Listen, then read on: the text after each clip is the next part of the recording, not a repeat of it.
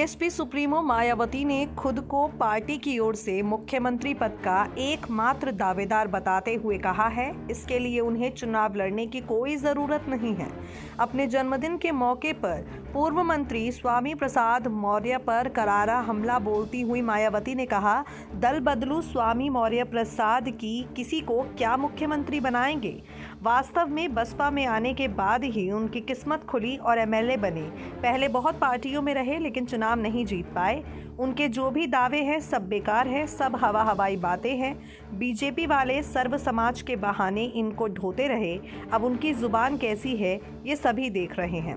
मायावती ने कहा वो पार्टी के हित में सीधा चुनाव ना लड़कर अप्रत्यक्ष रूप से चुनाव जीत कर भी प्रदेश की बागडोर संभाल सकती हैं।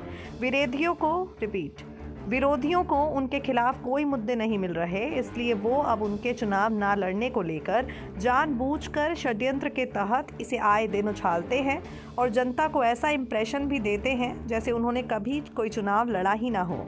इस बार इनको ये मालूम होना चाहिए कि वो 4 बार लोकसभा और 3 बार राज्यसभा की सदस्य रह चुकी हैं।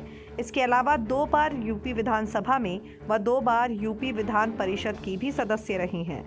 मायावती ने कहा, जब तक बसपा संस्थापक काशीराम स्वस्थ रहे वो अधिकांश चुनाव लड़ती थी और ज़्यादातर चुनाव जीतकर भी आती थी, लेकिन उनके बीमार रहने व देहांत के बाद पार्टी की पूरी जिम्मेदारी मायावती पर आ गई। ऐसे में उन्होंने अपनी पार्टी व मूवमेंट के हित में सीधा चुनाव लड़ने के बजाय पार्टी के उम्मीदवारों को ही जिताना जरूरी समझा है।